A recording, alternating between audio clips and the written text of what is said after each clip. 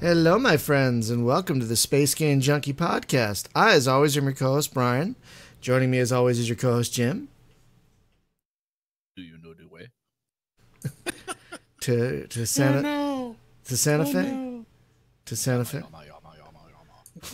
What is that? Is that from something? It is my voodoo. The power of the devil. It's a big meme going on right now. Oh, I must have missed it somehow. Also joining us, your co-host, Hunter. You know, I got to thinking today, Brian. I really did, and this is a bad thing, but, you know, me thinking that is. I got to thinking today, what goes, like, hand in hand with, like, almost all space games? Beer is one. Yes, I'll agree to that. But 70s and or 80s music. And I totally agree with the 70s part and the 80s part. Yeah. Well, I got to thinking because Jim posted his Freddie Mercury Eve avatar that he made. It's just uncanny. So I was thinking, like, man, how does that stuff just seem to go hand in hand with space games? It's really weird. Yeah, when I want my Eve ship to look like the mothership on the album cover, Boston. I'll tell you, a lot of times when I'm playing Eve or Jumpgate or something, I'll be listening to like Disco or Al Green or something like that. So you're absolutely correct. Folks, we're not sure where Spaz is. He's probably resting. He hasn't had a lot of sleep lately.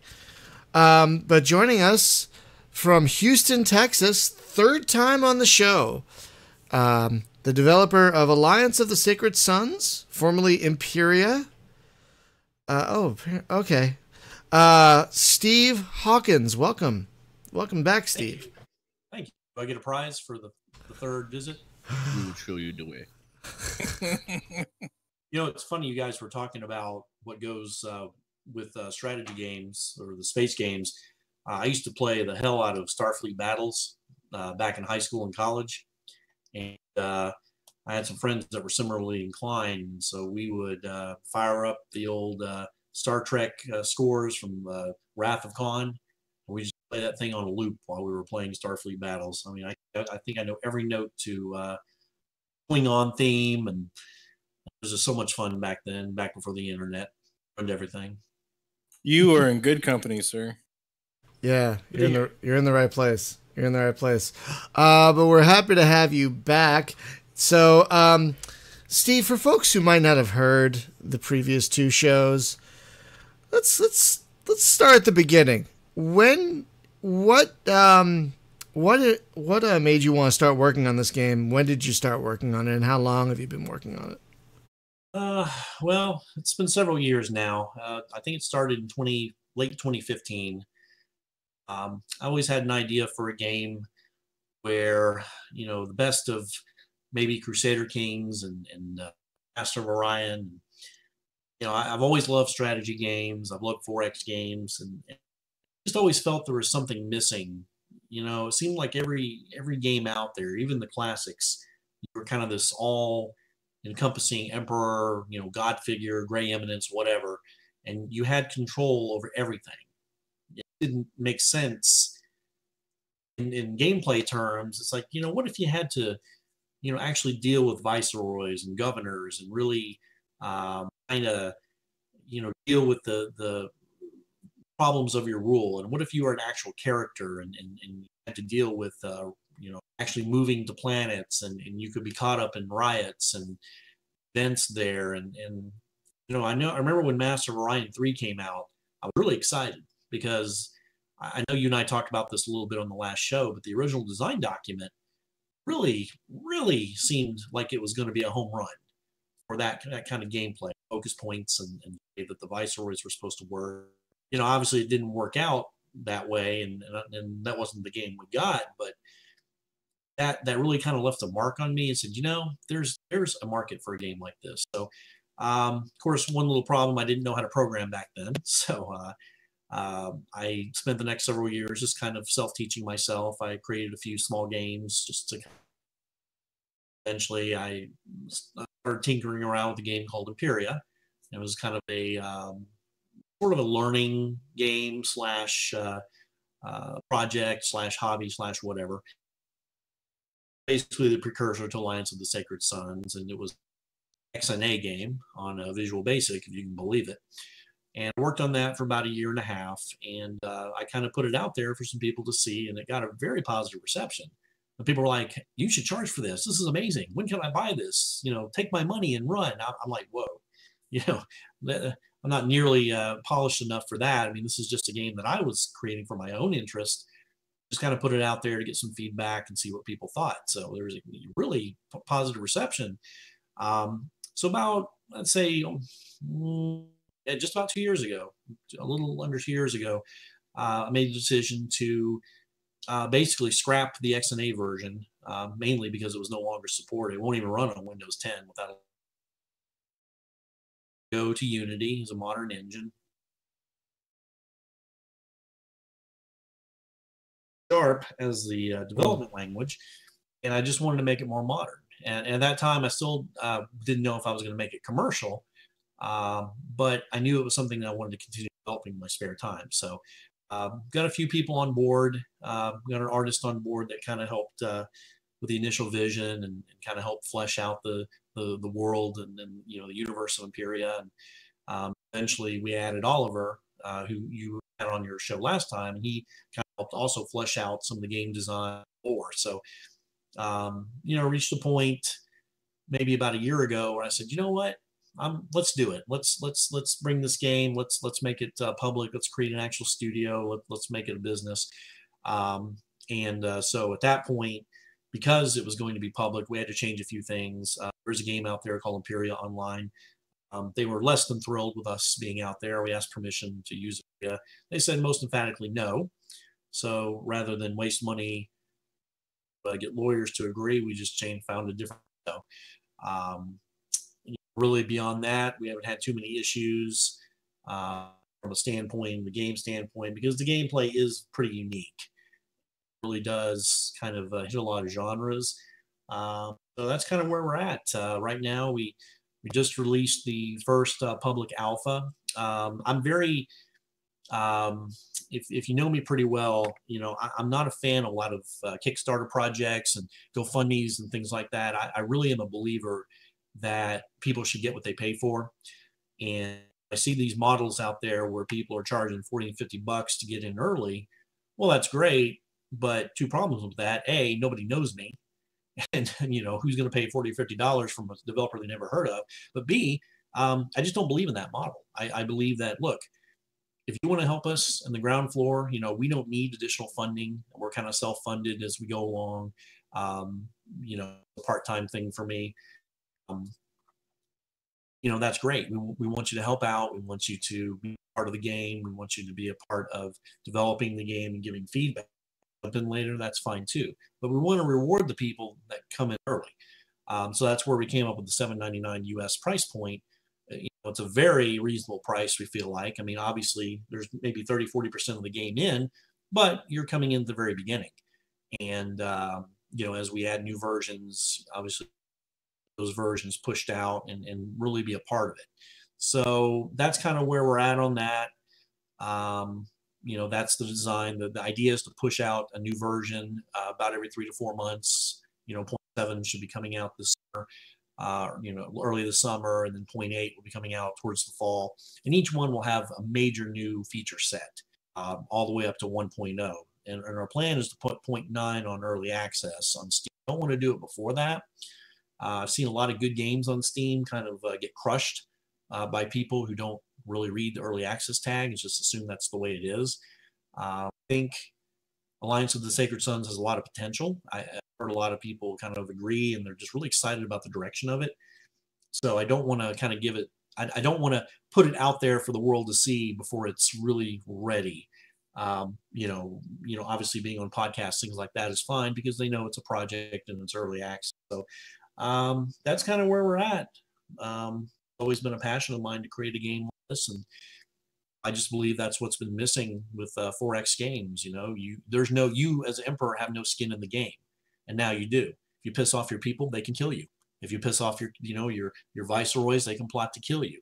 So there's a lot of Crusader Kings in that, but there's also a lot of 4X in that. There really is a lot of traditional exploring, expanding, combat, things like that. It's just not done in the more traditional sense. So, so yeah, that's kind of how it came to be.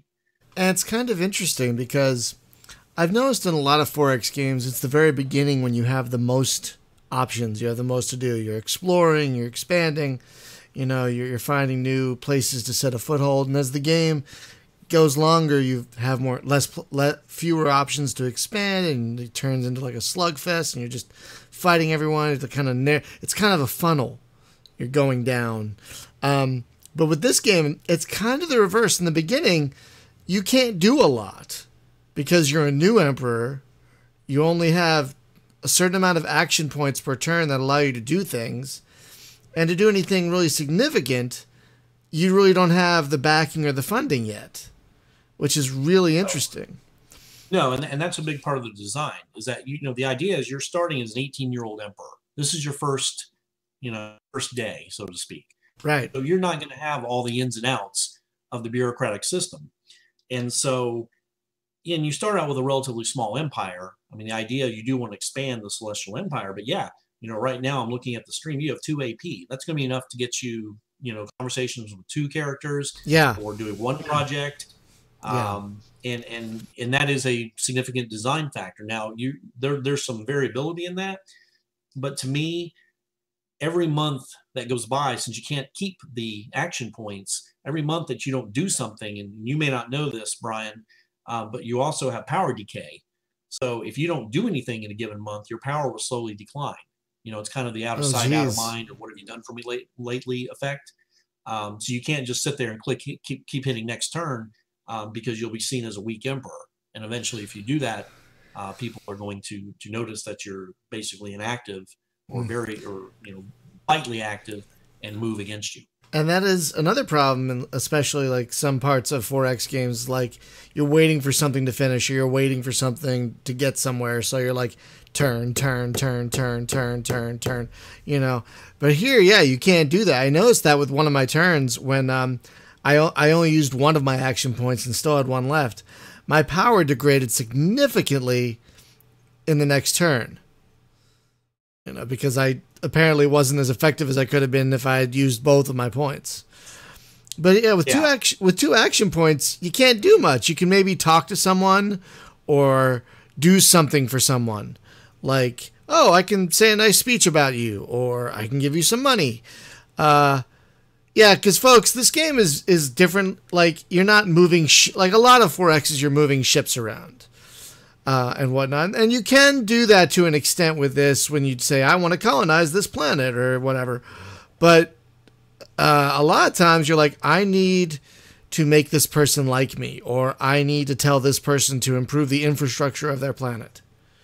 And so you're doing a lot of things indirectly, which I got to admit, when I was playing it, it takes a little bit to wrap your brain around that, because you're so used to having like direct control over everything, Yeah, and that's what throws people off when they first play, is they, first of all, of course, you have actions which your people do not have to follow, which throws people off. I had a friend of mine that was test playing it a week or 2 ago, and he wanted to, I think he wanted to change the economic output of the planet. And basically the guy said, well, I'm not going to do it. He's like, what? What? They can say no? I'm like, yeah. He said, what do I do? I said, well, I don't know. You can give him money and you can prove him. There are several things that you can do. But of course, if you remove him, the people on the planet that like him might be unhappy. Rest. He's like, it's a real mind bleep. Yep, yeah, that's the idea. Yeah, sorry. Go ahead. No, I was saying it's really fascinating because, especially in the beginning, you're really limited in what you can do and how many things you can do. Like I had a couple of advisors who really hated me. Like, I love the flavor text where like you contact one of these people that hate you. They're like, what do you want? It's great. It's really great. And that's a big part. You know, we plan to have something like 5,000 lines of dialogue. That's going to be a huge part of the final product. The conversation engine is actually pretty advanced, and it's going to be more advanced, and it's going to differentiate based on culture and race. So we're going to continue. We have the engine in place. It's just a matter of adding to it. But that's going to be a big part of the game. We want you to have a real connection with the characters. We want you to hate the characters. You know, that's something we got from the first Imperia. There's people that really enjoyed playing it. You know, there'd be this one viceroy or this one governor that they just hated, and they just wanted to kill, or, you know, but they couldn't because they were too powerful or they had powerful friends. And that's the relationships we want. We want you to feel frustration towards certain characters. Like, how do I get them? Because, you know, you're not all powerful. You can't just send. I mean, the next version is going to have Intel, and you'll have what's called Inquisitor squads that you can send. But you can't just off people without significant repercussions, fear level, the fear love. So if you have those feelings as a player towards, you know, these characters, or in reverse, like, wow, I really love this guy. He's saved my bacon. He's a great ally. He does what I tell him to. You know, I'm going to move him up the chain. I'm going to make him a system governor and then a province governor, and I watch his power grow. I mean, that's a great feeling. And that's what we're trying to get to at the heart of Alliance of the Sacred Sun. We want you to be connected to the characters, and we want it to matter when they die. And you're like, man, I spent so much time building this guy up, and then he just like dies from a random bullet. That sucks. So we're well on our way to that point. So that's a very exciting part of the game design. One thing I really like about the design is, folks, when you start the game, you choose a house to be a part of it. Am I remembering that correctly? You choose a culture. Culture, yes. Yeah. Right. Each culture has different strengths, and they have houses that have affinity to them. So if you choose, say, a Technic culture, there are certain houses that have the Technic culture, and they will be friendly to you at the beginning. So you want your science to be strong, your strong academies, you know, build that way. The problem is you'll have houses that basically hate science, and they are going to be very unfriendly to you. So you have to make a choice at the beginning. You can't have all your houses friendly with you. You have to decide, you know, how am I going to run my empire? And is it going to be a merchant empire? You know, is it going to be a science empire? Is it going to be focused more on production, industry, wealth, etc.? And you kind of have to build it that way, knowing that not all ideologies will work together. Right. And I really liked all the, because I was saying that you feel connected to your character and whatnot. The text and the backgrounds for each of these cultures and houses are really well done. And then that really gets you into the game, I think. They just said, I will not be seen taking your blood money. See, some of the characters won't even take bribes. Like, come on, take my money. Yeah, I know. I love that.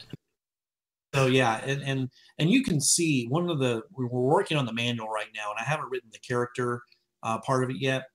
But there's a lot to characters. I mean, they have different attributes. So if you see someone with a high honor rating, there's a pretty good chance they're not going to take your money. You know, that means they're loyal to their house. They have honor, the way they do things.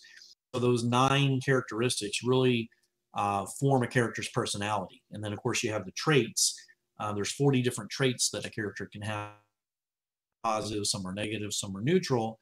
But they'll also impact how you deal with characters. So, for instance, you might have a character, if you're trying to, and I'll just give you an example, you know, you're going to run out of energy fairly soon. Energy is the hardest thing to get in the game right now.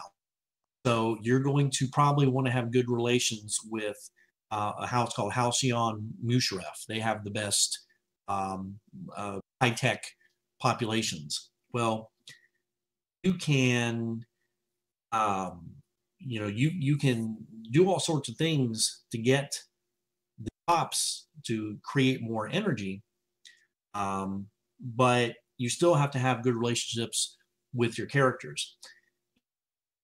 Characters don't have to do what you say, so you have to kind of find different ways to create more energy. I mean, you could colonize a planet, create a mining outpost. There's several things that you could do. But when you look at characters, you're going to want to put, and a lot of the game too is about character management. You got to think about, okay, I'm going to put a character in charge of this new colony. Well, I can give it to another house that doesn't like me as a token of goodwill, even though it will raise their power. And they can have a good admin rating, which raises, basically makes the colony more efficient. But let's say they have a trait like backstabber or cruel. Well, that's not good because it means they treat their pops very poorly. And then you have a risk of a serious riot, or, at the very least, people will leave the colony in droves unless you check immigration options. So there's a lot of check and balance about, well, I can't just put my best person there because it can have other repercussions. Am I willing to live with a psychopath who's got a level 4 admin rating, knowing that my planet might go up in flames? I don't, send a ton of military to support him. Those are the kind of decisions that you have to make pretty much every single turn. Well, you're talking about like some of the honorable traits that some of the other characters would have. So is that a thing that prevents you from just assassinating that one douche that you don't like, is because the people that are honorable are going to really look down on that, and you're going to break favor, like otherwise these people might really like you, but if you go assassinating somebody, then everybody that's got an honor trait will just be like, yep, shun. Yeah, if people are seen as honorable, and actually the next version, I just uploaded a new patch, and I think, Brian, you might have run into the issue previously, that provides what's called the popularity system. So characters have popularity, what's called fear and love. And every character in the game has a fear and love rating, including the Emperor. So you have fear, which is basically you do things that are sort of tyrannical, and you do things that are more about, hurting your populace in order to kind of extort them to get the most out of them. Whereas love, it's more about, I'm bread and circuses type atmosphere. I love my population. I'm going to grow a lot of food. I'm going to give them the best, make sure they live on the best planets, pass laws and edicts that are favorable to them. But it's very expensive to run an empire that way.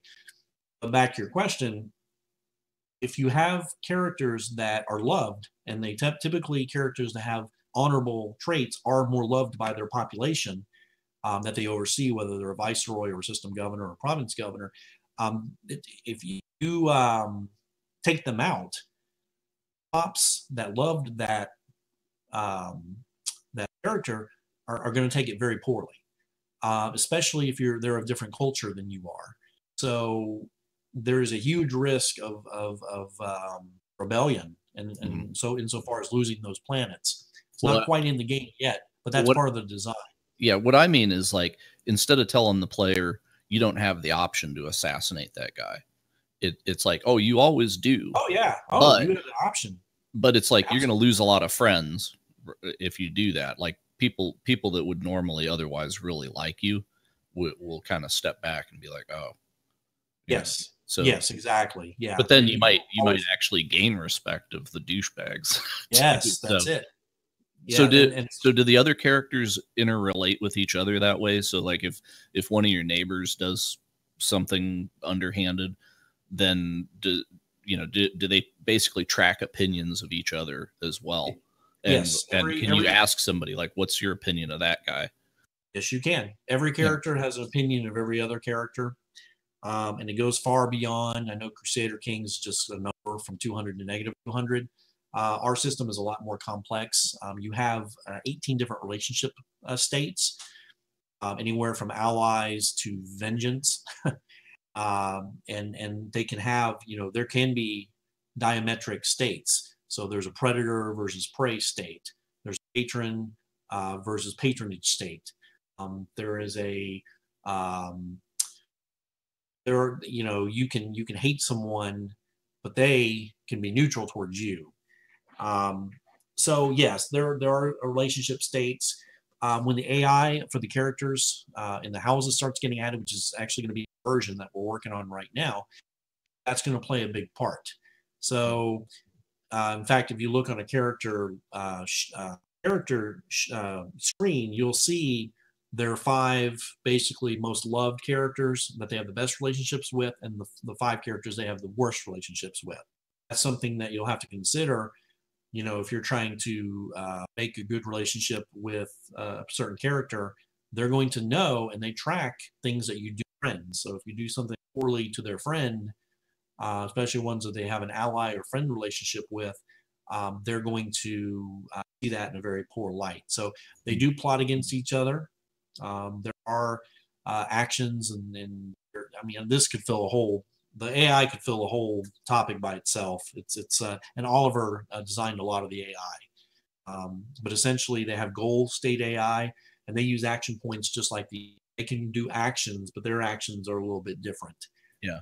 So the one thing I guess I just want to emphasize is whenever the AI changes opinion or whatever, just make sure that gets communicated to the player, like, you know, as much as the player can stand, right? So maybe let them turn the verbosity up and down on that.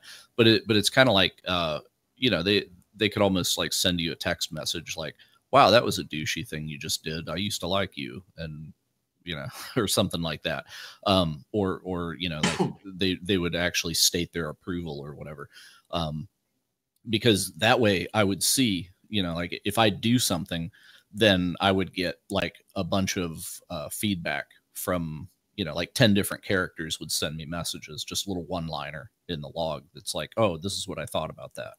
And or if they're neutral, then, you know, they're silent. But other thing is if you kind of have like a court intrigue kind of deal, it's like your visibility of what's going on would probably depend on if you have spies there. And it's not necessarily hostile spies, but, you know, it's like you could be best friends with somebody, but you really don't know what's going on his planet unless you have like one of your agents there in his court kind of thing. And if you piss him off, he might just like send your guy home. And then it's like, well, he's invisible now. I don't know what's going on over there. Well, we have a sort of version of that. You're pretty close. So we have in the Intel version, you have Inquisitor squads. Now these are kind of like Warhammer 40K. The picture we have is of the small guy in a trench coat that's backed up by like these 10-foot robots, these gigantic, you know, military robots that are there to provide the muscle. You have a limited amount. Each Inquisitor is actually its own character, and they have certain traits that they're good at. Basic idea is that you'll be able, and you'll start out with a small number. You have to spend money to recruit, and this is kind of where budgeting comes into play. You can train Inquisitor squads, and then once they're trained up, you can send them to either patrol or, you know, passively survey a system, a planet, or a province. Of course, the effectiveness gets less the wider the range. Or you can direct them to investigate a specific character. And that will obviously put the wind up because public, that, you know, you can declare either publicly or privately that you have sent an Inquisitor after a certain character. Do that publicly, they're going to lie very low. Their reputation is going to take a big hit, you know, because these are like feared squads. These are like your death squads, kind of. They're not. Well, I mean, that's kind of like the hostile spy, though, right? Yeah. And he's like really high profile. But what I'm talking about you can dial it back as well. Yeah, you can go incognito as well. Yeah, because I'm talking about like, can you have I don't know, I guess you would have like a character that's almost like one of your advisors, but he could be like your spy master, right? Where it's like he knows like, well, the maid that, you know, that works for this governor, you know, it's like we know her, or we work to get one of our people hired in there. So now we have a source of information from a very low key character. But if they get discovered, they might get booted out or something. I'm just thinking to like the level of like kind of subtlety stuff that went on in like the Dune novels, right? Where it's sure. Like, and there's not a mechanic for that specifically. But that doesn't mean we couldn't add it. I mean, we're still, that's actually not a bad idea. It would just essentially be action and Intel action. Well, like in a Crusader King kind of thing. Like if I'm England and I want to be spying on France, I'm going to make sure that, some of my ministers are down there hanging in the French court, because then they're feeding back to me. And it's almost like, well, we have our diplomats down there, but diplomats are actually spies with a smile on their face, right? It's like the embassy is also the spy palace.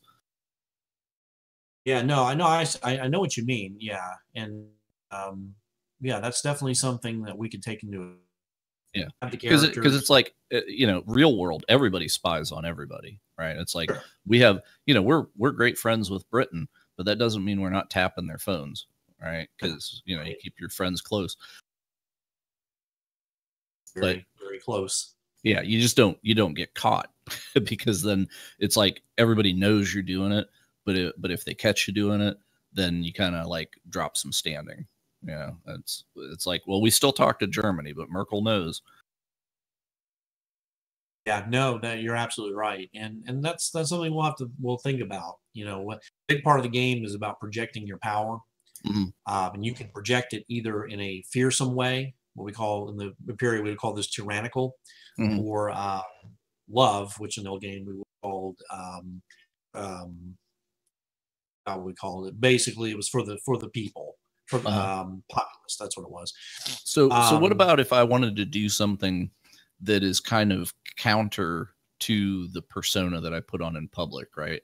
Like I'm a generally peaceful kind of guy, but I want to secretly be building the Death Star just in case, right?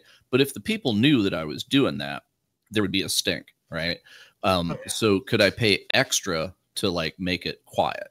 Right. So it would be like, well, you can like kick this program off, because I saw where you have that, like you can start programs on planets, and it's almost like, well, you can pay like triple the cost and make it be covert so that your reputation doesn't get impacted by it or something like that. Because that would allow me to like prep for war while I'm putting a smile and, glad handing everybody.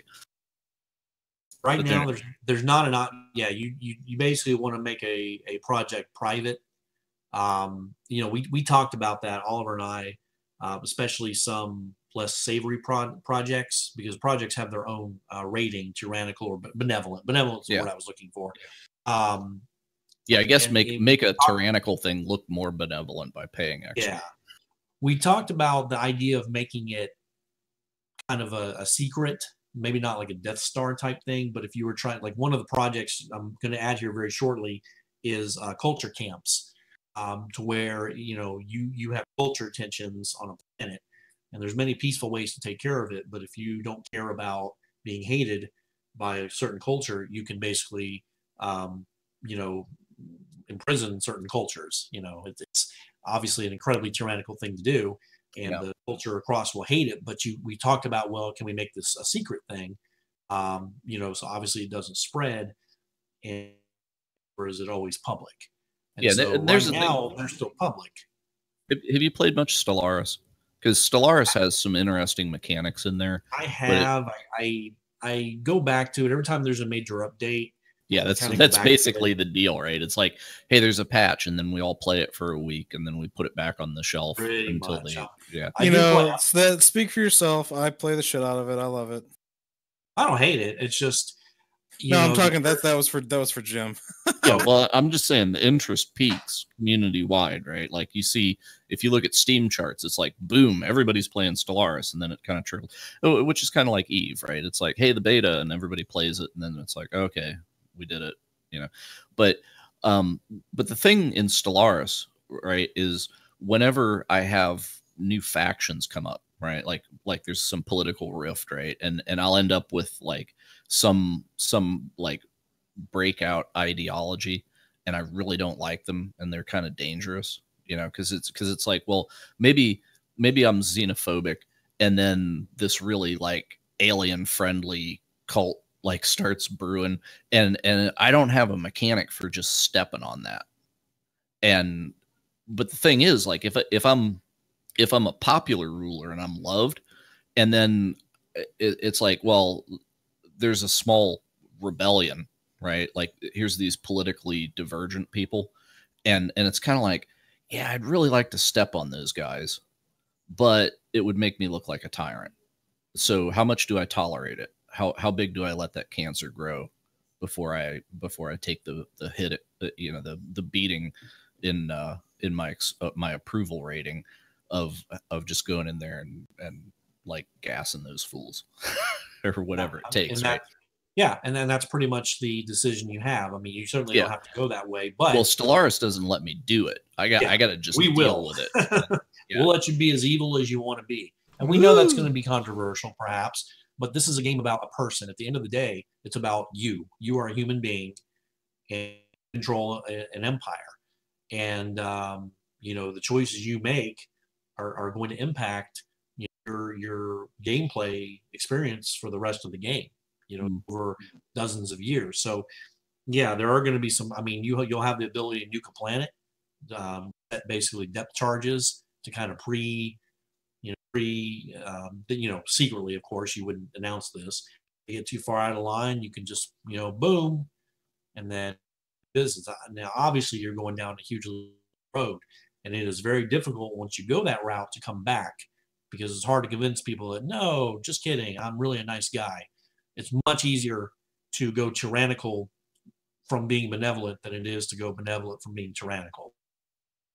So, and the lure is easy because it's a lot cheaper to go tyrannical, because it's just cheaper in general to send a bunch of Inquisitor squads and to send a bunch of military as garrisons and that. But you can absolutely play that way. But the thing about that is, if you ever lose your grip on power just for a second, and you have your houses under your thumb and your populations under your thumb, you would better maintain power like an iron fist, because the first time that it lets don't up, miss a you're gonna have all paycheck to kinds the of army. trouble. Yep. I mean, and it's going to be just that hard. So that's part of the design. Yeah, you can play that way, but you damn well better have a firm grip at all times on the wheel. Yep. Yeah, and the meaner you are, the more often that insurrections are going to pop up. So you're going to have to be crushing rebellions pretty often. Yeah, and that's kind of the ultimate aim of the game. That's kind of in the future. The 1.0 is your ultimate aim is to beat back an alien species that's come back to destroy humanity. The history of the game started 1,000 years ago. That's how he came to this sector of the Milky Way. Is a race called the Zill came to Earth. They came through a Stargate that was built through plans that came. Basically, it's kind of a huge backstory. But basically, they came. We built it in the early 2000s, and then they came through it basically to take the resources of Earth. We fought them to a standstill. We got an arc through the gate, kind of like a little bit like, oh God, what's that? Safehold. Ever heard of that series? Where there's kind of aliens that are looking to destroy humanity, and they basically get to one planet. Which series? That's called the Safehold series by David Weber. Oh no, I never heard of it. Really good series. If you ever, it's a little off topic, but yeah, it's about a 10-book series, but really, really good. So, but point being, and that one's cool too, because Mother Church kind of takes over. Technology is kept to a minimum because that's what the alien species called the Gababa in the book. They seek out that technology, so they have to keep their technology on the super down low to not be found. But anyway, so the whole aim of the game is you as the Emperor, you're kind of woke. You have psychic powers, and you're woke to this future of the Zill coming back. 20, 30, 40 years from, game time. So a big part of your overarching strategy when the final game design will be to rebuild your empire and rebuild your war machine. Well, if you're spending all your war machine fighting your own people and trying to, keep your planets under control, you're not going to have much of an army left, to fight the Zill when they attack, and then everybody loses. So that's just one more kind of a strategy fulcrum that you may have to consider. So that won't be until about version 0.9. I wrote a blog series about 3 or 4 weeks ago, kind of detailing the 5 levels of gameplay, and it's kind of like expanding out. You are the first level, your pops are the second level, your characters are the third level, your other breakaway civilizations that have kind of fallen off the empire over the centuries or the fourth level, bringing them back to the fold. And of course, the Zill attack is kind of the final countdown, so to speak. So, yeah, it's and sometimes it's better to play evil because you get better toys. Your military, because as you said, characters that gravitate towards evil tend to be very good at things like being admirals and being generals, because that's the what they do. So the one positive side is you will get better weapons, you will get ships, you will get better characters to command those ships. It's all a game of give and take. I dig it. That makes the end game that much more engaging. Yeah, and you can turn that off. That you'll have an option to kind of, if you just play kind of sandbag or sandlot a la Crusader Kings, you can do that. And I suspect people may play with the Zill for a few run throughs and then turn it off, or they may just keep the challenge. You'll be able to turn up the challenge when they really come. Obviously, the more difficult it is, and then so there's a lot of things we can do to kind of tweak the end game a little bit, but we felt it was important to have an end game that fit with the lore, and you have 1,000-year history, and you'll be able to pull up that history within the game. You'll have a Alliancepedia, whatever we end up calling it, that you'll be able to read through this history. And talk to Brian, you said you really like the lore. We're going to add a lot more to it. We're not going to hit you in the face with it, but it'll be there if you want it. Now, I apologize. I was dealing with an issue in the chat room, so I might have missed this. But can your character can be killed, but can your character get married or have children? Okay. Yes. Okay. Now, it's not like Crusader Kings. You can have kids, but it's not going to. The game ends when you die. Period. There's no, passing it on to your son or daughter or whatever. It's designed that way for a reason. You are the everything. So when you die, you're the last of your line. Basically, humanity loses hope. Zill come, game over. But you can get married. You can have kids. The kids can grow up to become powerful characters in their own right. They'll tend to have better traits, and they'll be offshoots of whatever you have grown. You're going to have, there's a lot of RPG to it too. You're going to have the Emperor's Screen, it's called the Throne Room. We're going to add that in 0.7. You're going to be able, one of the actions you can take is education. And you'll have points in kind of major skill sets that you'll be able to, increase. Like you'll be able to increase your charisma. If you have better speeches that have better effect, you can increase your charisma. Increase your intelligence if you want more AP. You want to increase your charm. You'll have a higher love rating, things like that. And you'll be able to add traits based on what you're working on. They'll be kind of random. You're not going to get to pick them, but they'll come kind of randomly based on your actions, kind of like Total War. I don't know if you guys play Total War, right? Sure. Where you kind of build traits depending on what your character's done, like your generals. That's going to be kind of like that. So you won't really get to pick a trait, but if you continue to do bloodthirsty things, you're going to get eventually a psychopathic traits. But you can kind of build your character. I mean, it's not the main focus. It's not like a full-fledged, D&D type thing, but you will be able to customize your Emperor throughout the years and kind of guide them down different paths. You'll be able, there's a psychic tree. They'll be able to go down. They have psychic abilities, powers as they age. So, I mean, it's just really exciting. You've never had a 4X, or if we had, I've never heard of it, where you're able to level up your Emperor. But you'll be able to do it. You'll be able to do it online. Not really, no. There have been some Emperor-based, other Emperor-based strategy games like Stellar Monarch and whatnot, but I don't think your Emperor leveled up in that. I think they were relatively static. So that is super intriguing. Not leveling in the sense you're level 6 Emperor, but you'll be able to increase your skills. Right, sure, yeah, natural of course. progression. You get older. So if you put a lot of time into intelligence, it makes sense that you would have more AP because you're learning. You're learning how better to use your government, how better to use your advisors. So things are going to make sense in the game world depending on what you put your points in. Yeah, and I'm thinking it would actually be like the people that you surround yourself with, the influence of them, not only in the moment, right, but they're gonna like skill you up in what they're good at.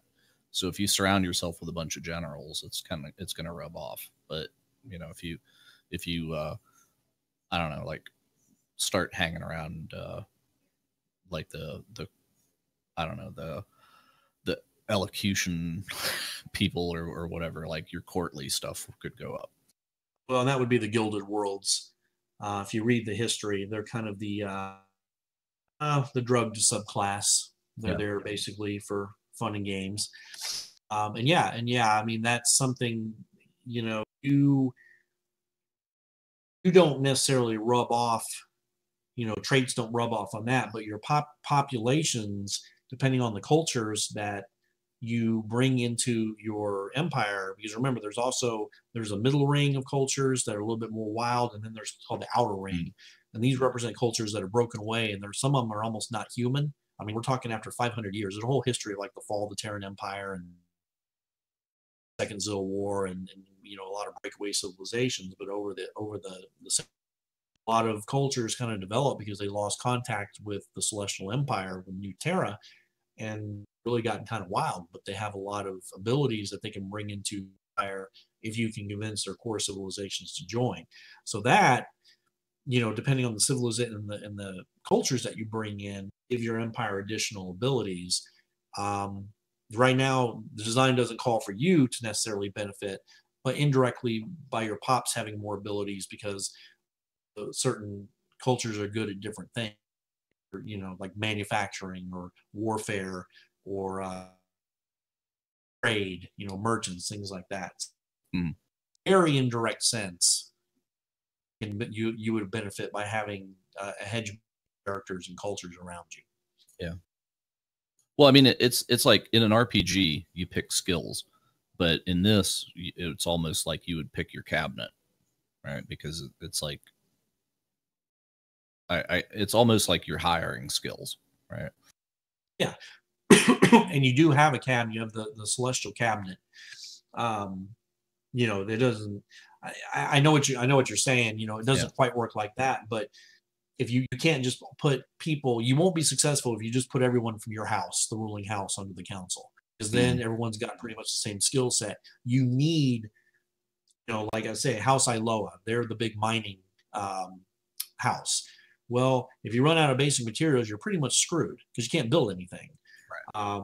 So if you want really good, I'm sorry. But do you have like multiple selection? It's like, I know I need somebody from that house, but do I have a multiple selection? Like, well, I could pick this guy, but he's a little too independent, and I want somebody that's going to kind of be under my thumb. So maybe I'll pick the lesser guy because I can control now you see him. Right now, I don't know if you see the screen. You see it's got that little no sign under the character portrait.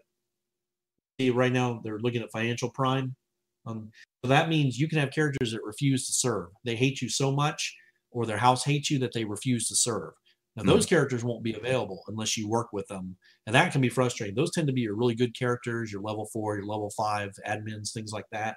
Yeah, but they're the ones that are like, prove it to me before I come work for you. Exactly. Wine and dine me, prove it, because, you know, if they have a high honor, so their house hates you, they're not going to break from their house. Now, low honor characters are much more likely to like, you know, whatever's good for me. So you got a couple options. You can butter up the house. You can butter up that character. I mean, really butter up that character by giving them a planet or a system. If you want to go that far, I mean, that will do it. But, you know, that's a lot to do. I mean, you can give houses right now. You can give a house an entire province, but other houses are going to notice that you did this, and it's going to increase your relations with that house. But it's going to piss off the other because you just gave them an entire province. And you know, there's a concept in Crusader Kings called dements. It's a concept basically of you as king can't rule everything. There's kind of a finite limit before your subjects get annoyed. Like, wow, you know, you're getting basically too big for your britches. You know, you have everything, we have nothing. There's kind of a factor of that here as well. And that's reflected in the power. If you get too powerful, because power, a big part of the power is through your planets and systems and provinces that you control, and how, of course, how developed they are, and, Yep. and you know, that, yeah, it doesn't matter how great a relationship you have with your house. Eventually, they're going to be like, look, like this, you know, he's got everything, we have nothing. You know, we got to band together and stop this. And that's how you can get breakaway houses and civil war. But kind of answering your question, I'm sorry, there's so much of the game design. I feel like I could talk for hours about it. Yes, yeah, you can pick specific people, and that's a very important part of it. And again, character management is critical. You know, you shouldn't just be able to click, oh, this guy's got a 4 admin, let's just go. No, he hates you, and he's a psychopath, and he's greedy, and he's a cutthroat. Hmm. You know, Well, so and it's like, it also should matter, like if that person, when I try to hire them, they look at the rest of my cabinet, and if there's a lot of people they like that are already there, then they should be a little more inclined, right? So at that point, it's like, I know this guy is really good friends with that guy, and if I hire that other guy, then he'll be much more inclined to come work for me too, right? So I might take somebody I don't really want to like seduce another character over the line, kind of deal. Yeah. If you have good relationships, if you put more people from a rival house on your celestial council, then yeah, they're going to be more inclined, because they see the house is going to, first of all, the house is going to be more favorable towards you, because you're giving them a place at the table, you're giving them power. So that character, if they're loyal to their house and have a high honor, then they're probably going to go along with that, but they're still going to have a personal feeling towards you. And that's kind of where the nuanced relationships comes in. That's why we don't do just a negative 200 to 200 thing. Yeah, do you have like some kind of visualization, like a relationship map, so I can pick a guy and then get like a cloud of other people, you know, like it'll show portraits or something, like who he likes, who he hates? Not yet, but that's going to be very important. We've talked about different ways of doing that, because that's actually critical. The UI for that is really critical, because you said, you got to know, if I'm going to deal with this character, I got to know who I'm going to piss off and what their relationships are. And that's a very important part of it. So we've looked at kind of an expanding ring concept of having, you know, that person in the middle, and then they have their close friends. And then as they kind of expand out, you know, they get more, you know, hated, but the people closest have the most influence on them. Yeah, you know, I think one thing I would definitely do with that is, if you have an advisor that it's almost like your what if man. So it's like, okay, I'm going to do this, but before you confirm it, you can consult the advisor and just be like, what's going to happen if I do this? And then the advisor could be like, well, standings are going to change this way for that guy and this way for that guy. Or you know, kind of give you the breakdown of what's going to happen if you click OK, and that gives you kind of a like, well, okay, I didn't realize it was going to do that. Maybe I don't want to do that, kind of, you know, sort of thing. So it's not really they're giving you advice about what you should do, but it's just saying this is what the likely outcome is going to be if you want to accept that or not. So it's interesting you say that, because one of the biggest design arguments, but I guess conversations that Oliver and I had, was the idea of how much help should you get. I love Paradox. I love their games. I own probably 90% of them. I can't stand the fact that I can tooltip over something and I know to the decimal point what is causing a particular decision, or what's causing, you know, why are my traders not trading, or, you know, why is this province about to go into revolt? I mean, that's fine, but I don't want to know to the nth degree of every last thing that's happening. It's overwhelming, and I doubt I would have that information. So what we're looking for is to give feedback, but if you notice in the UI, you don't get a lot of number feedback. You get a lot of text feedback. You know, someone doesn't have an 85 intelligence. I mean, they have it in the game, but it's in the system. They just have, depending on the intel, they're either high intelligence or exceptional intelligence or low intelligence. Yeah, because it keeps people from min-maxing it. Exactly. Yeah, keep it fuzzy. It feels more real.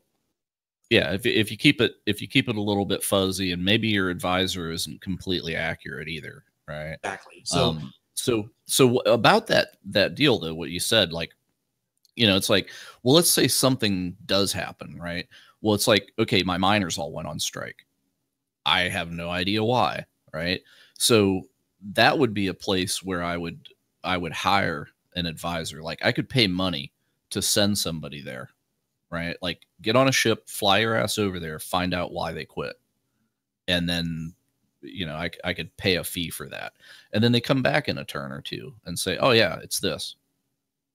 And that way it's not like I just moused over a tooltip or something and got, you know, oh, I see it very clearly, but I actually had to dispatch somebody, you know, like a ruler would. And it's like, you know, go over there and find out why that's going on and maybe advise me how to fix it, kind of thing. And then they could come back and be like, hey, their opinion's really low because. Interesting about that, if they hate you, they could give you bad information. Yeah. Oh, wow. Really? Well, I mean, I'm just thinking about, I mean, remember, this is an early access game. I mean, one of the reasons we released it is because we want feedback.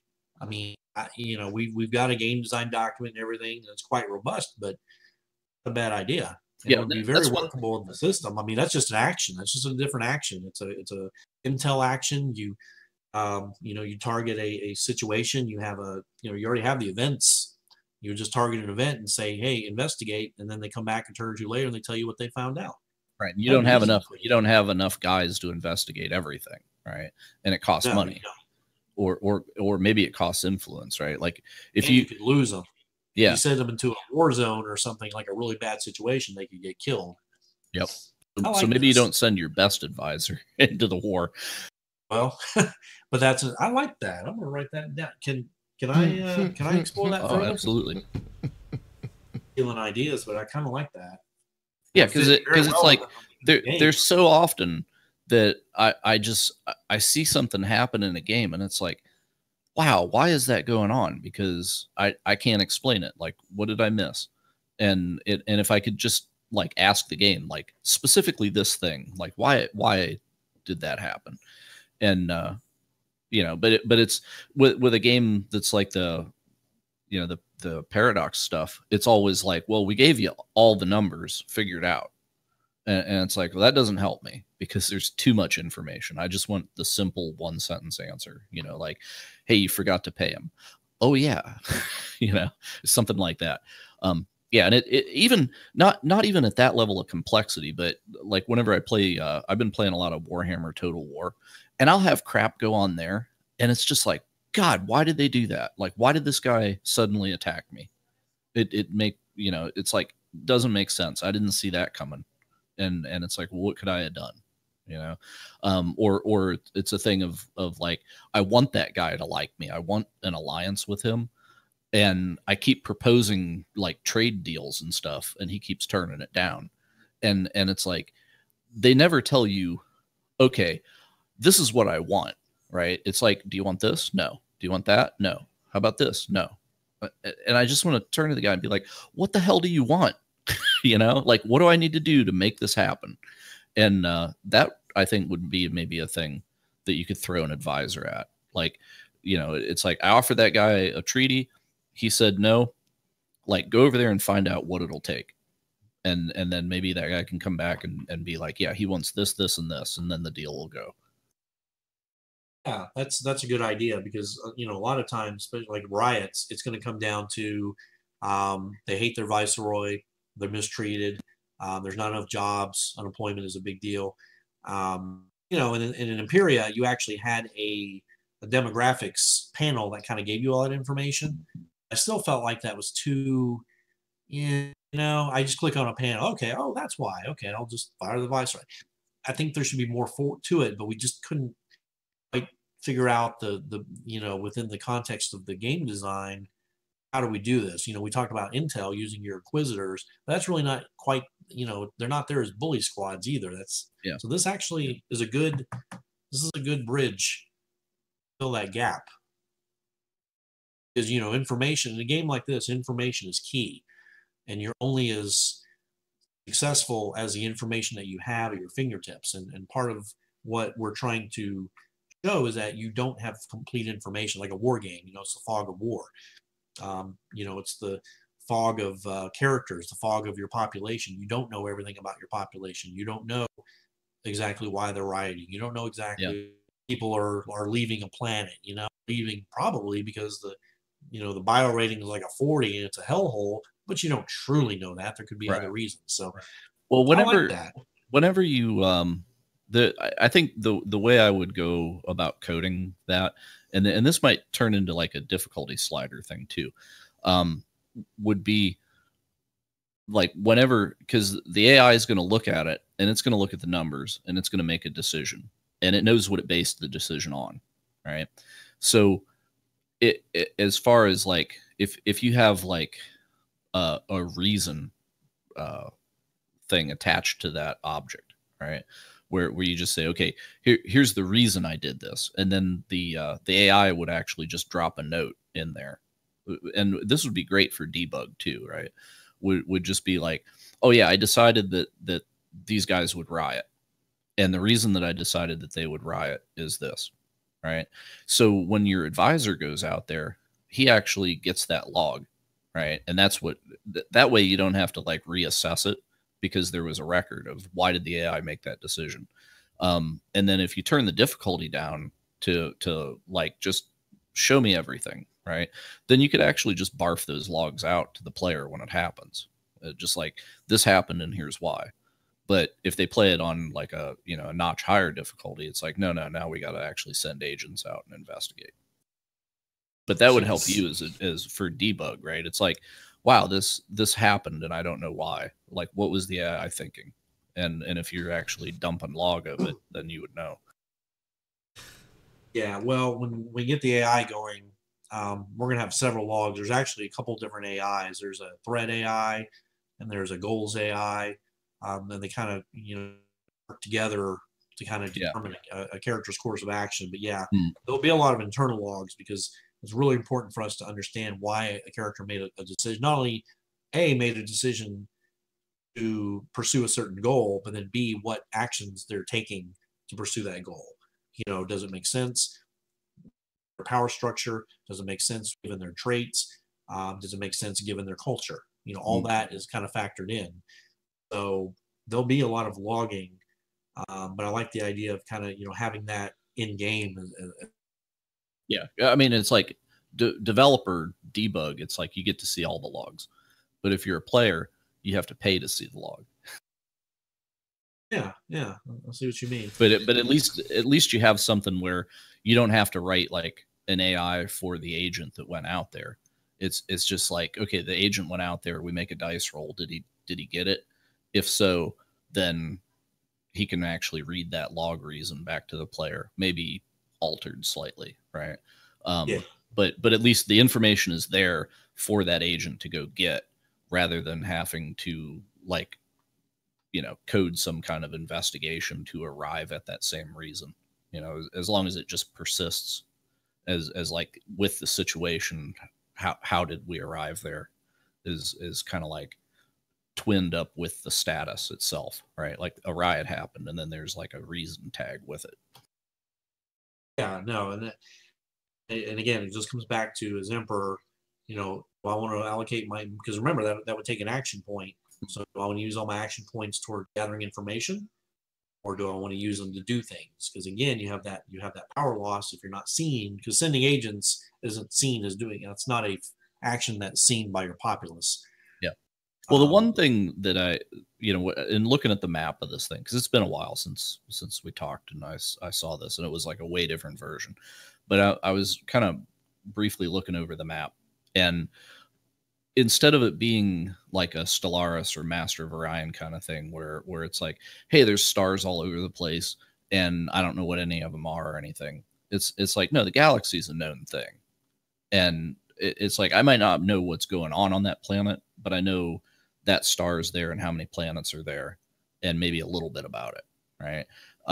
And it also seems like each of the empires, it's like they have a constellation of worlds, and because you have what looks like a constellation symbol. I assume that's what it is, right? It's They're like constellations. Yeah.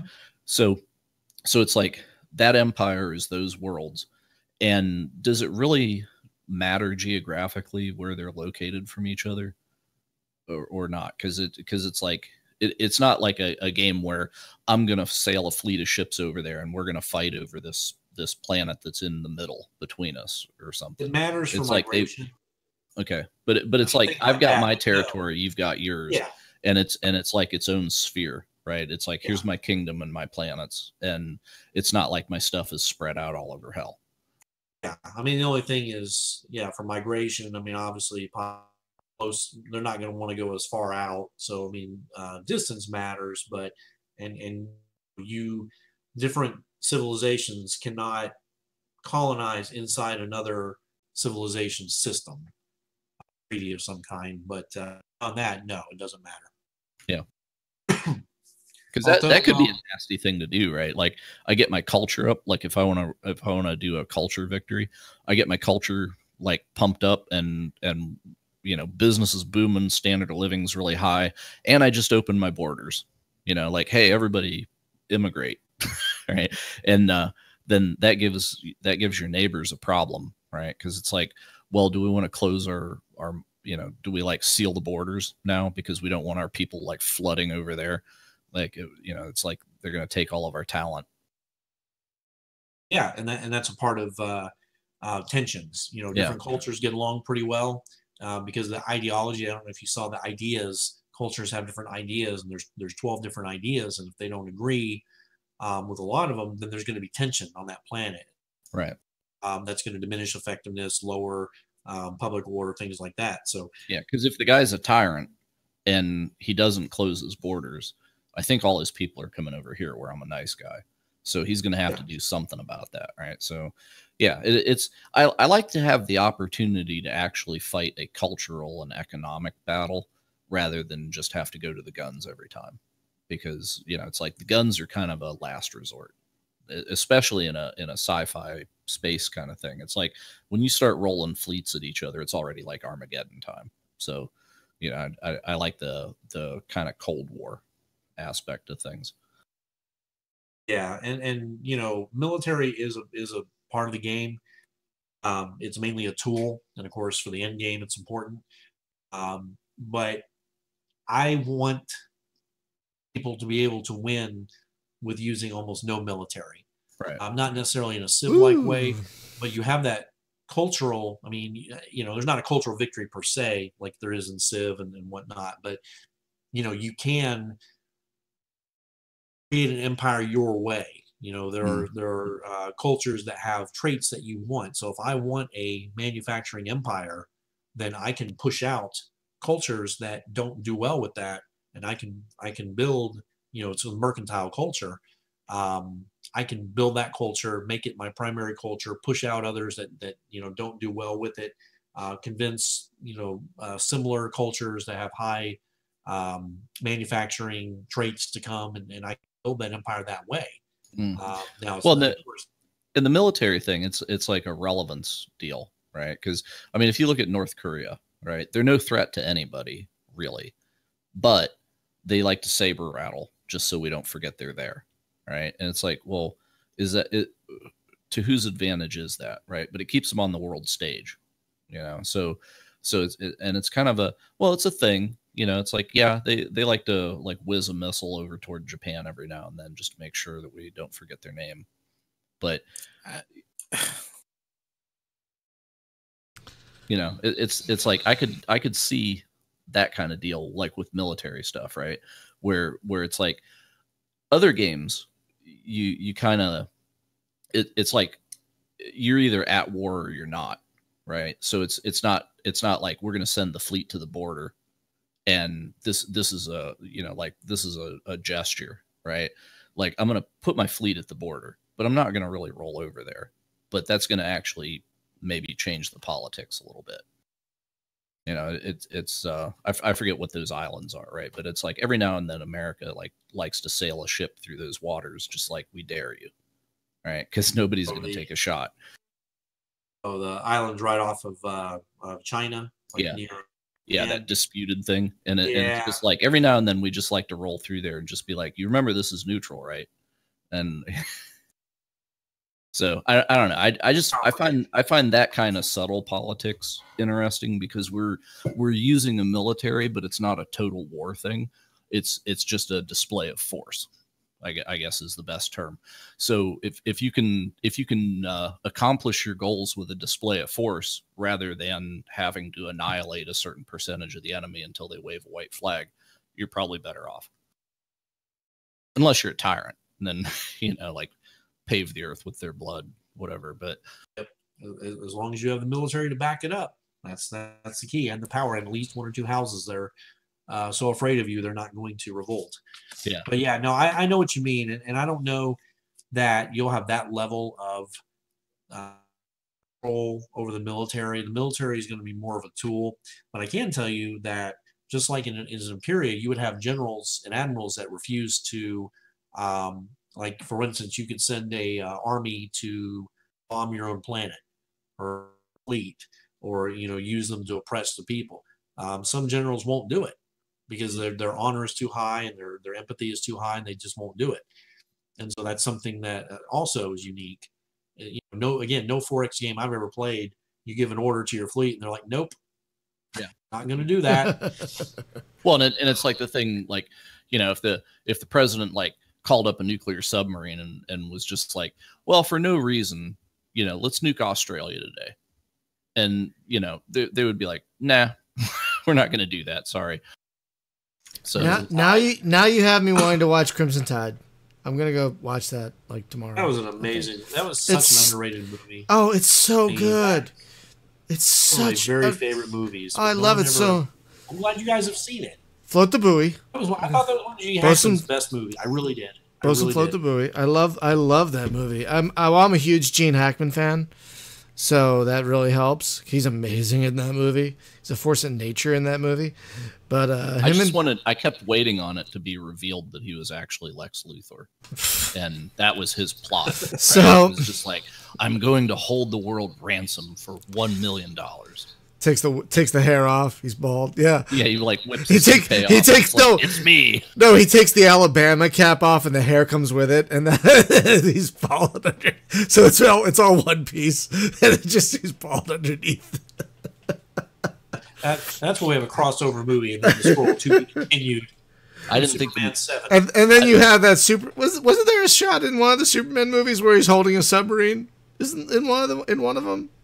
I think there was. Yeah. So back to the game. I had a question because I'm sorry, but we just made that movie so better. Okay. I agree, but Crimson Tide is already goddamn amazing.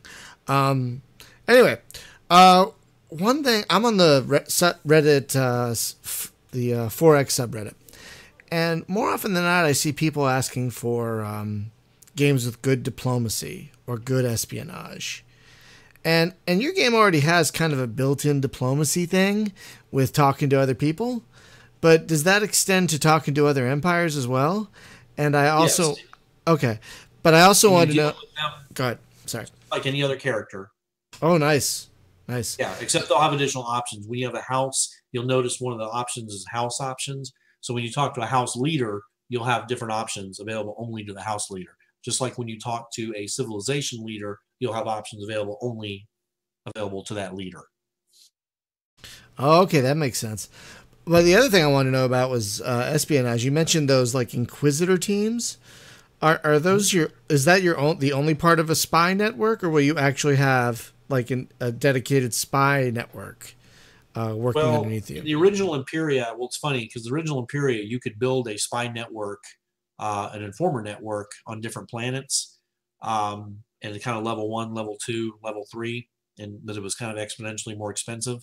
And so we're going to do that, but that's kind of your passive to kind of hear rumors and things, but your Inquisitors are kind of your actionable pieces. They're okay. You have a finite, like you might only have 3, to start with, and you can build them. You can put a lot of money towards your espionage budget and build more and train more Inquisitor squads, because they have different, you train them, they have different levels.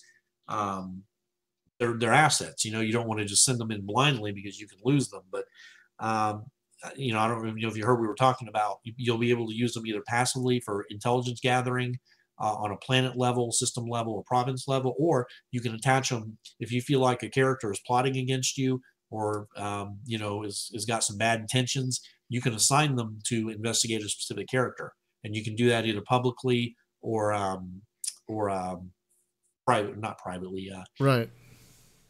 sneakily, I guess, sneaky, Sneakily. Right. to where they don't know they're being investigated. But you can also send them to where they do know they are being investigated. That might be enough to get them off the scent if they're plotting to kill you or something like that. So, yeah, but you have a finite amount. If you put a Inquisitor squad, especially a low level one, to cover an entire province, it's not going to be very effective. But if you put a crack Inquisitor squad, that's got good information gathering skill, planet, they're going to hear most everything. And that is, so you just have to determine their mode, because you can't change it on a whim. There's a cooldown period. We haven't decided if we like 3 months or 3 turns or something like that, but you can't switch them every month. and you touched upon something I really like about this game is that you can do different things at different levels, which is quite unusual for a game like this. Like you have the whole constellation, and then you have the system of the province, and then you have. So is it 4 levels? Is it the constellation and province? It's the province. The province can only be as large as a constellation. Okay, there can only be one province. So province level, system level, planet level, right? And then, of course, you have your empire. Your empire level laws and things like that. Right, but I like how you can do different things. You can do different projects and whatnot at different levels, which I really like. Like you touched upon that a moment ago, where you can apply an Inquisitor squad to a province instead of just a planet. So they're not going to be as effective because they have a lot more ground to cover, but it's better than nothing, I guess. Yeah, you put them out into a new province that's not very big, that you've given, say, to a rival house that you don't entirely trust. That would be a great example of using a province level. Once you start gathering some intel, you hear some, again, bad rumors, then you can reassign them to maybe the province capital to get more intel on maybe the province governor is plotting something, so you'll react in real time, based on what you're hearing, or you might decide nothing going on and reassign them out of the province entirely. I mean, asset, and you have to decide what to do, or you have to build more, but they'll take a while to build. Very Game of Thronesy. And very Dunesy too. Right. And there you can mod, by the way. I don't know. You can mod the game right now. You can create houses. You can create new ideas. There are not graphic mods yet because Unity is fairly difficult to mod externally. But yeah, we've heard that you can mod on all the text files. Oh, nice. The characters' interactions, their names, the name pools. So you can add a House Atreides and whatnot if you wanted absolutely. to. Oh, absolutely. People are gonna. We actually have a question from the chat. Why not sectors instead of constellations? We used to have sectors in the original Imperia. I liked sectors. I thought it sounded more futuristic. But with the lore, we're trying to, it's kind of a retro future feel. People have kind of, I don't know if I'm sure you've heard a game called Fading of the Emperor of the Fading Sun. Sorry. Oh, fuck yeah. We love that game around here. I figured so. Yeah. Game. Pretty obscure, but if you could play it, it's a lot of fun. Well, they have a very rich lore, and they have they have sectors and things like that. But we talked about what would humanity do if they were transported to a different part of the Milky Way galaxy, and they had to start. The constellations were all different because obviously there'd be different. You can't use most of what you brought with you. Your culture is going to change. Your astronomical culture is going to change. What would you do? So we felt that, especially with a empire, with the religious aspect and with the different cultures, that constellations would kind of come back into vogue as being kind of symbolic of power, and they would have their own histories and things like that. So it brings a little bit more lore to the game. From a strategic perspective, constellations are kind of like islands that you want to get to. So it made more sense to create these constellations around the map. And then within them, you can have the province, and you can actually have competing provinces. Civilization can have their own province within the constellation, and you can have yours as well. So you can have competing.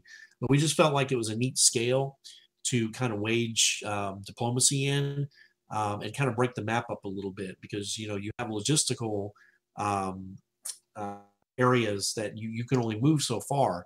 So if you have a star that's not within a logistical station area, you can't explore, you can't colonize, et cetera, et cetera.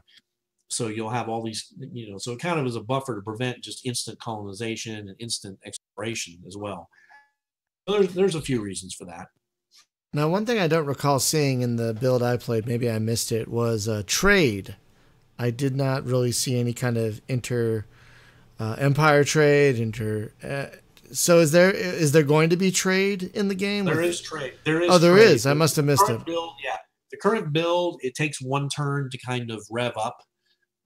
That'll obviously be changed kind of final, but it takes a turn to kind of build the trade and get the trade going. But yes, trade is definitely in. It's a pretty robust system, and it's kind of similar to the original Imperia, where you would have province hubs, system hubs, and then the Imperial hub to bring in goods.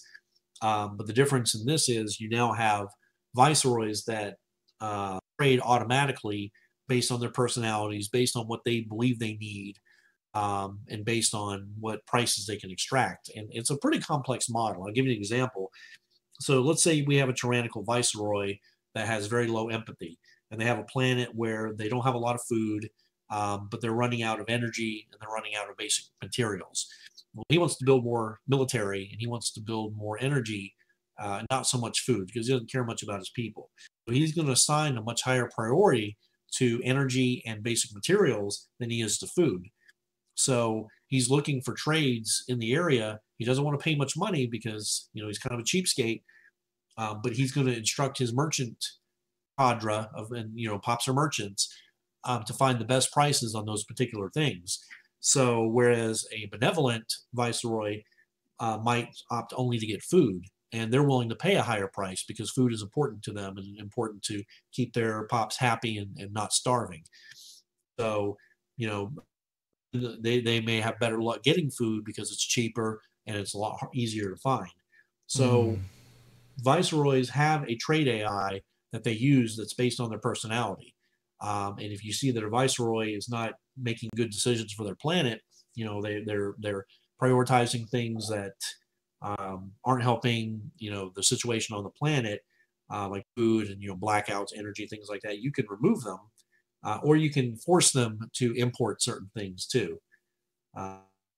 But yeah, no, trade is definitely in the game. I mean, it's not complete, but the model is definitely working.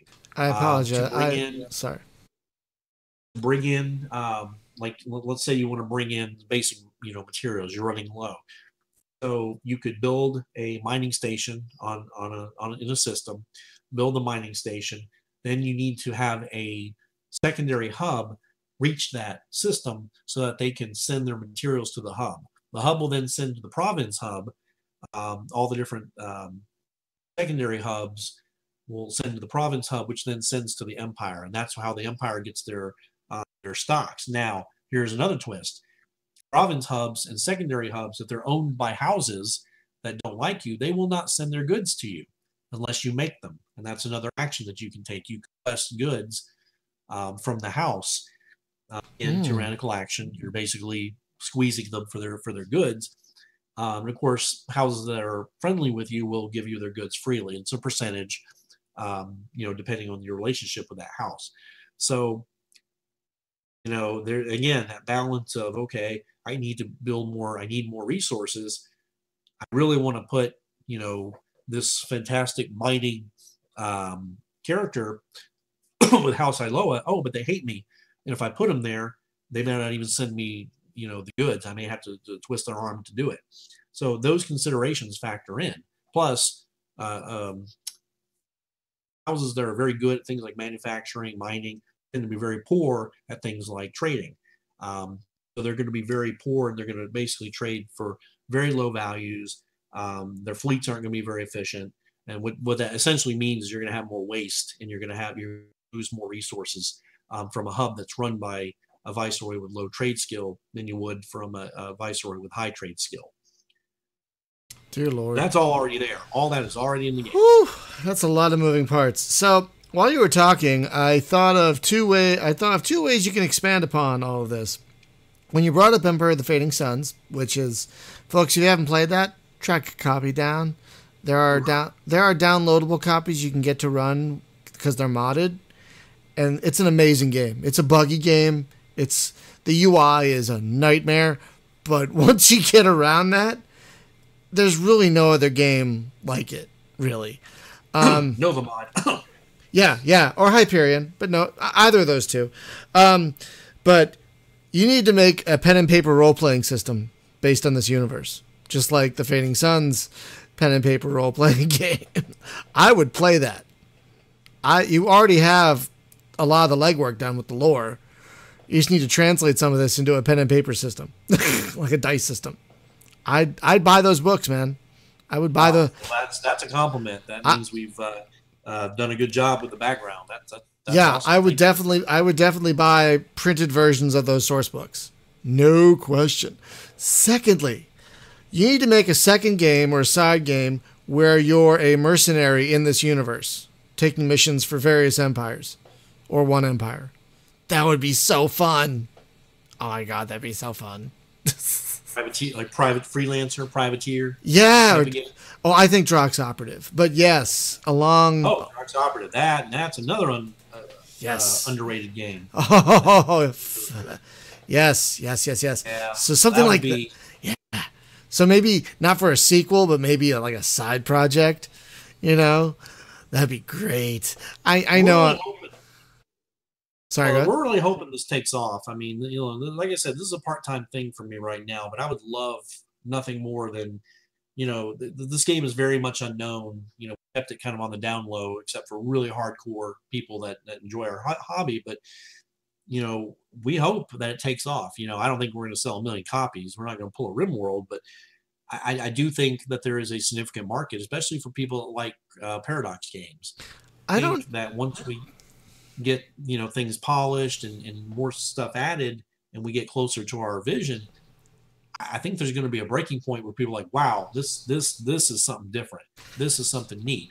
And when that happens, the game becomes a commercial success, then yeah, I would like to make a franchise out of it, and I think Oliver feels the same way. So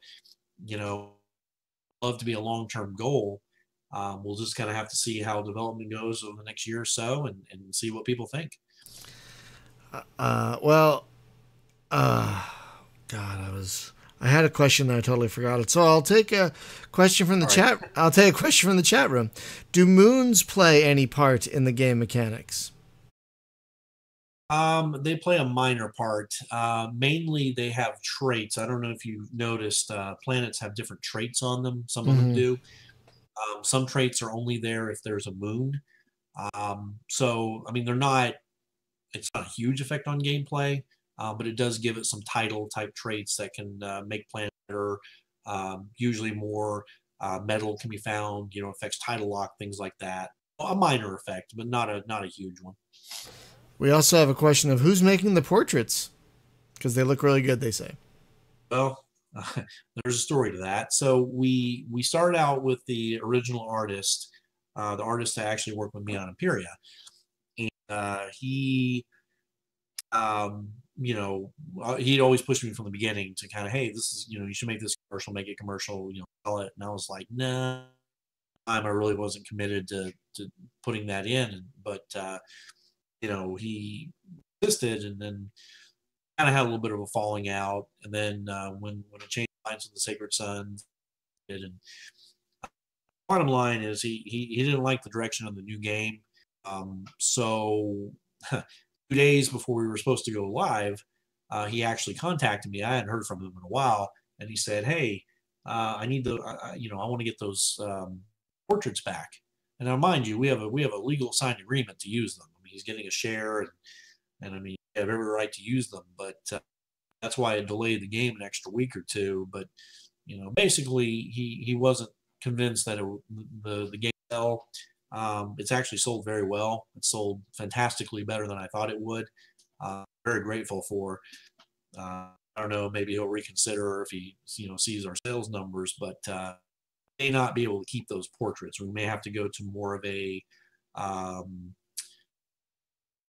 procedural type of process where they're generated kind of on the fly, which is probably better anyway, because it needs to really be unique. We need 1,000 portraits, tremendous amount of work from the artist. So right now there's about 80 portraits in the game. To give you procedural would be easier. It would make it to easier to differentiate, but it would not look as good. So that's kind of where we're at with that. So there is a significant chance that the portraits may look different in later versions. Yeah. But thank you. He would appreciate the compliment. I did notice the two of the characters looked exactly the same. Yeah, I think it's at least on the video as I'm saying this now. There might be a delay, but yeah, like a couple characters were like, oh, they're twins. Yeah, because we just don't have enough characters. In any given game, you'll have 200 or 300 characters. On large games, smaller games, you'll have fewer. But we probably want to go to a procedural model. The problem with doing it right out of the gate is doing something like face gen technology costs tens of thousands of dollars, and just for, holy God, fairly basic setup, and we're just not in a position to do that with everything else we want to do. Right. But we can kind of roll our own. I mean, I can program. It's not terribly complicated to program a procedural facial system. It's just a matter of having the assets. An artist to create all the different assets, and you're talking eyes, lips, nose, facial structure, hair, clothes, ears, all of that. You have to have many different types, and they have to be able to fit together in different configurations. So it's a lot more on the artist than it is the programmer. No, that makes sense. So I'm really glad to hear it's selling well. That's really wonderfully encouraging. Are you planning on leaving early access? It sounds like maybe later this year, I'm guessing. Probably we plan to put it on Steam at a 0.9. That's going to be pretty much everything except the ZIL and probably things like videos and and we don't want to do it any earlier. Like I said at the beginning, I've seen good games torn to shreds by putting them too early on early access. I know, right? And now that Steam has pretty much released any kind of gateway, the green light is down. Now it's just a matter of paying anything on there at this point. I want to make sure that the quality is where it needs to be. Yeah. And I also want to make sure that before we put it on Steam that we have a positive reputation. We have a strong community built up. Because people get on there, they've never heard of the game. They play it for, oh, this is stupid. You can't colonize a planet. My people, they won't do what I tell them to. This game must be bugged. And the only way to fight that is to have a strong community to go, look, no, you got to read the manual. No, this is how the game's supposed to play. So that is going to be kind of a big frontier. Get that. So we want to be sure we're ready. So we're looking probably to have 1.0 out, assuming no major interruptions. And I'm working on this part-time. I do a full-time job, and I have a family with a year and a half, wife and a year and a half old. So, but the plan is to have 1.0 out by early next year. All things, continue to go and continue to receive the money to fund the. Oh, okay. That seems reasonable. You take your time. So even though it's a year off, do you have any post-release kind of expansion plans in your mind? Oh yeah. Well, yeah. I mean, a simple expansion is just more cultures, more houses, because there are actually 10 great houses in the game. It picks 5 at random. So you can add, you can have any number of houses in the game, cultures in the game. You can constellations, more planet types, more region types. I don't know, we talked about planets are built by regions and they're procedurally at a regional level. You have different characters, character packs. I mean, there's a lot of ways to expand with the ZIL, the end game. You could add different plots to that. We talked about kind of a side plot where you have renegade ZIL that are trying to go against their master to prevent basically the recension of their leader.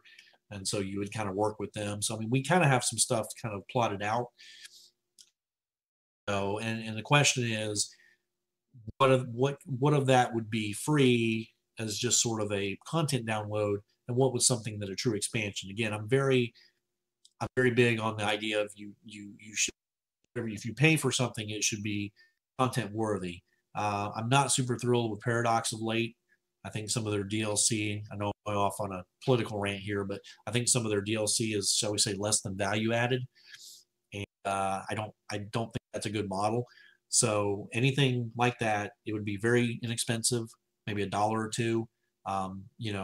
It would just adding those packs, full featured expansions with systems, new gameplay, things like that. That could happen. We'll have to see how original one goes, how it sells. Again, my dream is to, if it sells phenomenally well, to create the studio full time, hire another programmer or two and have a presence as a studio, a physical office, physical studio, and kind of go from there. So we'll see, but we would like to do that. I really think you might do well, because you're tapping into something that that very few people, like maybe one or two other people, are trying to do. Have a character-driven space grand strategy game, and that's very rare. It's probably because it sounds like it's pretty hard to do. A lot more moving parts than more traditional 4X. So yeah, you're not going to have much competition, and I think people are clamoring for something like this. I think people are dying for something like this. Not just because it's so great, I mean it is, but something different. It's not the traditional, let's try and make Master of Orion 2 again formula, So yeah. I think that alone will help you guys out. I really do. Well, we hope so. I mean, the fear is that it's too different. And you have, again, like I said, you have the person that downloads it, immediately wants to try to build a mine or something, play it like a typical 4X, and it's just not going to fly that way. So how's that person going to react? That's kind of the tipping point between, will this be a commercial success or versus a niche success? If someone can, and a lot of that's obviously going to depend on things like tutorials and tooltips and stuff like that. But if someone goes into it thinking they're playing a 4X and they find they're playing this and they find their ways of doing things are completely different, is that person going to get frustrated and give it a bad review and tell their friends, or are they going to stick with it and find that, this is this is really cool. What, you mean I can bribe someone to be an administrator to give me actually better results than I would have had? I mean, if they're willing to stick with it and learn the nuances of character management, creating good projects, things like that, I think people will really enjoy it. We've had such positive feedback by people that have taken the time to learn it, but that's the point. Are people going to take the time, or are they going to put it away after 5 minutes thinking that it is a Mutu clone, never play it again, and trash it? Well, maybe you put that in the very beginning of whatever tutorial type of tutorial you have in there. Like, first off, just FYI, this is different than any other type of 4X you'll play, and here's why. Let's just go down the laundry list. Now that you know this, let's jump into teaching you how to play this thing. That would be my thought anyway. Like, hit them right from the get-go. Like, this is not a Master of Orion style 4X, like just about every other style of 4X you played. It's very different. You got to know that going in. You got to know that going in. Yeah. So and that's the challenge. Yeah, but I think it's also an asset. So I'm really excited about it, folks. Again, the game, we're gonna wrap up now, I think, because I'm losing my mind. And I wanted to apologize real quick. I was quiet for a long time because someone in Twitch chat was claiming that they were blocked. And I was really trying to figure out what was going on there. Because if someone's been blocked unnecessarily, I feel bad, So I was like really trying to dig and find out what happened.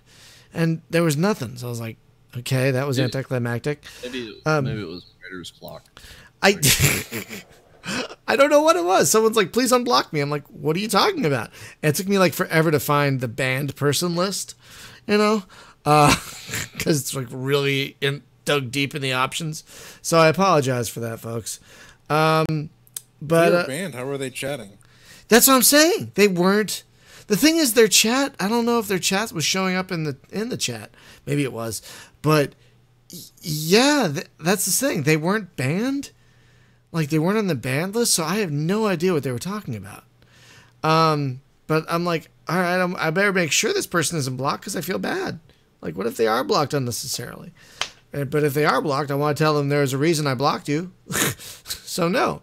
That was very strange. So I apologize for being a little out of it for a little while. But folks, the game is called Alliance of the Sacred Sons, and that is at allianceofthesacredsons.com. Just one long word. And it is $7.99 to buy into the alpha right now. The alpha is very playable. There's already plenty to do. There's no tutorial or anything yet. But there is a manual on the website. They're calling it, what are you calling it, a living manual? Living manual, yeah. It will change, and we're going to add pretty pictures, but yeah, we're adding a chapter or two at a time, probably about 2 chapters a week. So yeah, it's a good manual. To have the manual first draft done in the next 2 weeks. Okay, yeah, it's a good manual. I definitely read it before I tried playing this. So there is a bit of a learning curve, but I'll tell you, some of the best 4X games like Distant Worlds have learning curves. Stellaris, learning curve. So it plays differently than just about any other 4X you'll ever play, but because it's trying to do something different and unique and special, it's worth playing. And it's a steal at this price for the game you're going to get. I can already tell right now this is going to be fantastic. So $8, just buy it. Just stop listening to me, pause this, however you're listening or watching, and just go buy it, like right now. Yeah, I was kind of shocked actually at the low price of this, because it's like Viceroy is like $20 right out of the gate, right? So, yeah, and Viceroy is quite good. Yes, Viceroy is quite good, but this is even more different than that, and yeah, this is less than half of that. So it's an amazing value right off the gate, and you're getting in on the ground floor. If you like early access, if you don't like early access, yeah, you can wait probably. Well, I just want to say, yeah. Right, so the philosophy present here is the correct one. It's early access for feedback. Yeah, exactly. Opposed to early access for funding, which we saw. Whatever that myth thing was, right? That just so Deadhold. Oh, yeah, no. Deadhold. Because it was like, we're getting a new myth. And then they're like, well, we can't afford to keep going because pre-orders. It's like, wait. No, don't. I'm still so angry about that. I bought that game day one. I bought it day one. I damn near did. And I was just like, let's wait. No, I love Myth. So I bought it day one, played it a little bit. I'm like, oh, this has a lot of promise. I'll shelve this until they're done with it. And I don't want that to happen. That's why we've been very cautious, and we're trying to underpromise, overdeliver, get it out there at a low price point. Because look, if it's not your cup of tea, it's $8. I don't want anyone to feel that they've been conned or cheated. Very explicit about, like you said, Brian, about what it is, and to know that, look, this is a journey, and if you buy at this price, you don't have to help. Right. But we've had a lot of people already excited. I mean, even on the podcast, I just got a great idea that I've got a new mechanic, kind of, kicking around the gameplay. So that's what I'm talking about. I'm not so proud that I'm not willing to say, hey, that's a good idea. That's better than what I had. Let's explore that. Because I think it can make a better game, in the long run. And I don't have the developer's pride to block that. So I really appreciate the kind words, and key above all is value for money, understanding the journey and understanding the game, what it is and what it is not.